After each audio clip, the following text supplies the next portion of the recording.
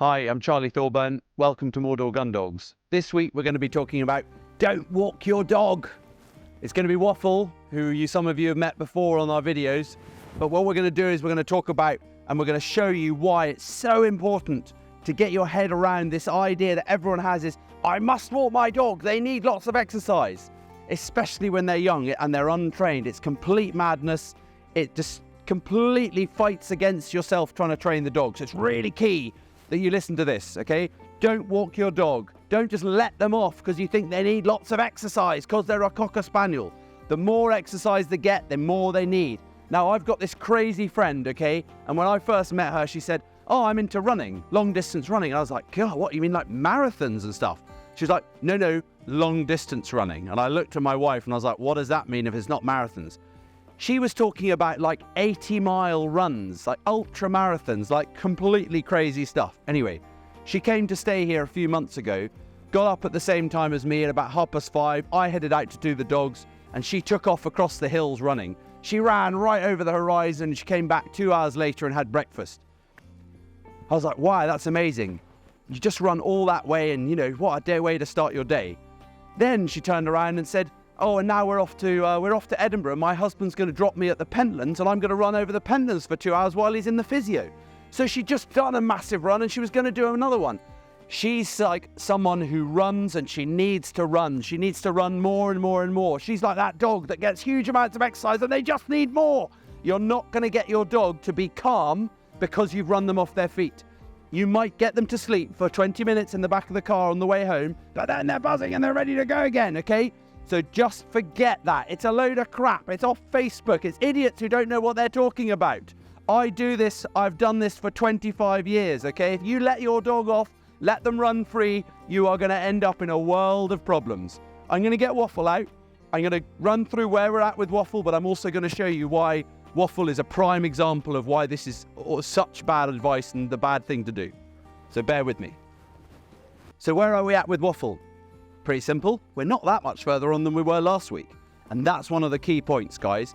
This isn't something that just, boom, they're trained, they're done, let's move on to the next. This is something we repeat, we go over it, we go over it, we go over it. We want to see progress, but we're not going to see massive steep progression curves. They're not going to be like, whoa, up like that, okay? It's just going to be slowly, gently. They're going to have days where they're really naughty. They're going to have days where they're really good. It's going to change. You just got to keep persevering away. A lot of what Waffle's still learning is healing, sitting, patience, just being calm. One of the things that we're sort of starting to do is we're wanting to let him off. We're wanting to be a hunting, flushing dog. So we're wanting to get him to hunt. We want to let him off. But I can't just take Waffle for a walk. Because basically, if I take Waffle for a walk, this is what happens. He's gone. Now, he's just gone back into the kennels. He's having a sniff around, but he's not with me. He's not like, oh, dad, like an older dog. There you go, he's come back, he's busy, and we're off again. But there's no real control. Okay, what I want from Waffle is I want him to stay nice and close, and he keeps just disappearing off because I'm not concentrating on him. Okay, I need to engage with him all the time. Waffle, good boy. Come on, Waffle. Come on, Waffle. Come on, Waffle. Good boy. As soon as I engage with him, you see I've got him. But as soon as I just go, oh, I'm going to go for a nice walk, I ignore him and he starts to go. And the more I ignore him, the more he's just going to go. So we're just going to literally take Waffle for a walk down this path, and you're just going to see him getting further and further away and becoming more and more independent.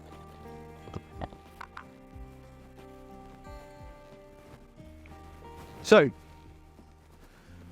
Waffle's a young, innocent little dog. He doesn't even know what a pheasant was. To be honest, he got probably as much of a shock from that pheasant flying away as the pheasant did of him flushing it. He didn't have that sort of like, oh, I want to chase it, because he's young. Everyone will see a young dog like this and go, oh, look, he's so great, he doesn't chase a pheasant. It's because he doesn't know what they are.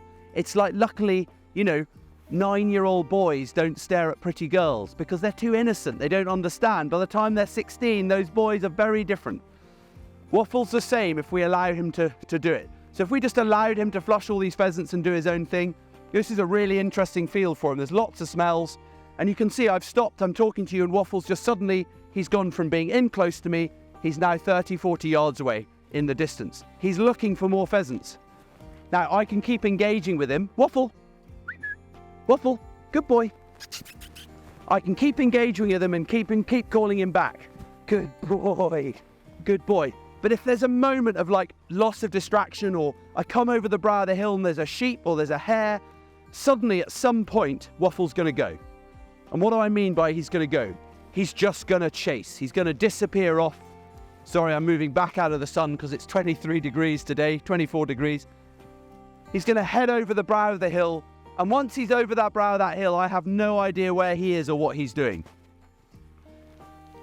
People get complacent. They think, oh, look, he's great. He's just hanging around. Oh, wow, he's fab. He's just a good little dog. No, he's young and he's innocent. He doesn't know any different. He doesn't know the delights of chasing a pheasant. He doesn't know that if he goes a bit further over that hill, he'll find some sheep. He doesn't know any of this stuff. But if we take him for walks and we keep putting him in these situations, he will learn, and he'll learn all too quickly. And once he's learnt about it, he won't just be hanging around like he is now. He'll be disappearing off into the middle distance. What we're trying to do is we're trying to do the whole prevention, not cure. When people come to me and they say, oh, my dog runs off, how do I stop it? You shouldn't have let them do it in the first place. And the way you don't let them do it is you don't just take them for walks. You only take them out training. So what I've done is I've walked down here, down a path and into a field, and I've allowed Waffle much more freedom than I might normally give him. But I've got away with it because he's still young and he's never had it before.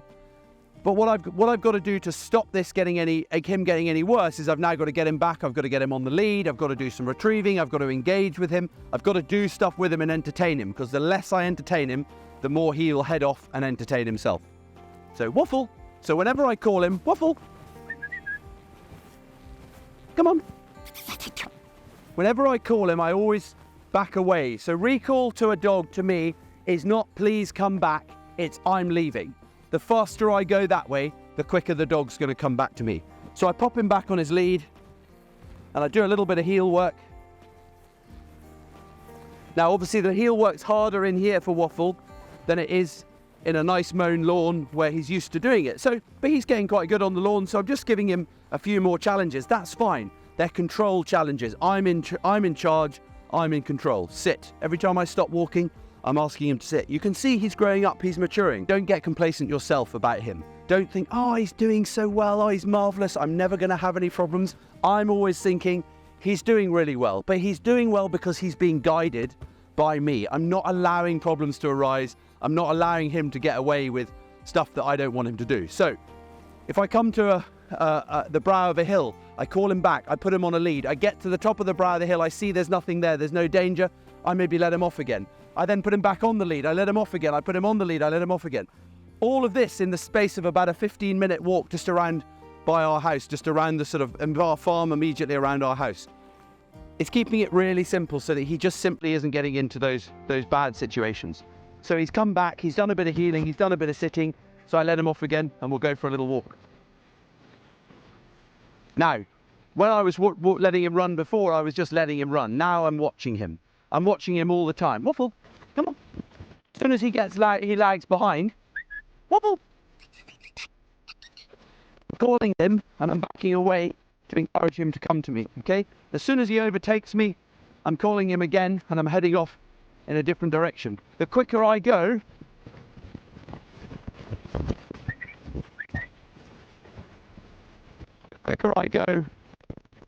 okay, he catches me up. Whenever he comes back to me, I get hold of him. Not in a negative, oh, I've got you, you little bugger, but in a positive, I'm talking to him, I've got him. It's really key. Whenever they're young and they're running around, call them back regularly, get hold of them, put your hand on their collar, pop the lead on them. So he hasn't got a collar, so I'm just going to pop the lead on him. I'm going to pause, put the lead on the wrong way around, but I'm going to pause. He takes a breath, he calms down, he forgets about the excitement's over there, he looks at me, he's focused again, and then off we go. It's very controlled though, it's not just, oh, I'm going for a lovely walk in the park with Mary Poppins. It's very controlled, it's very much a training session that he happens to be off the lead. And as soon as I see anything that's going to distract him, I'm running away. Come on. Come on, Waffle. Waffle, come on. Good boy. Good boy. And then comes in, good boy. Praise him, back on the lead. So I've got him again. He's only been off the lead for, I don't know, 25, 30 seconds. And he's now back on the lead again. He's calm, he's controlled. So on the lead, off the lead, on the lead, off the lead. I'm always keeping control. I'm not allowing his head of steam. He's like, oh, I'm on momentum. I'm chasing a pheasant. I'm getting further away. I'm not allowing that build up. Because I'm always just keeping a lid on it. I'm keeping him calm, keeping him close, keeping him focused on me. I hope that all makes sense. And hopefully this will all work well with Waffle. And he's going to turn out to be a really awesome little dog. Remember, you get out what you put in. Thanks for watching, and we'll see you next time.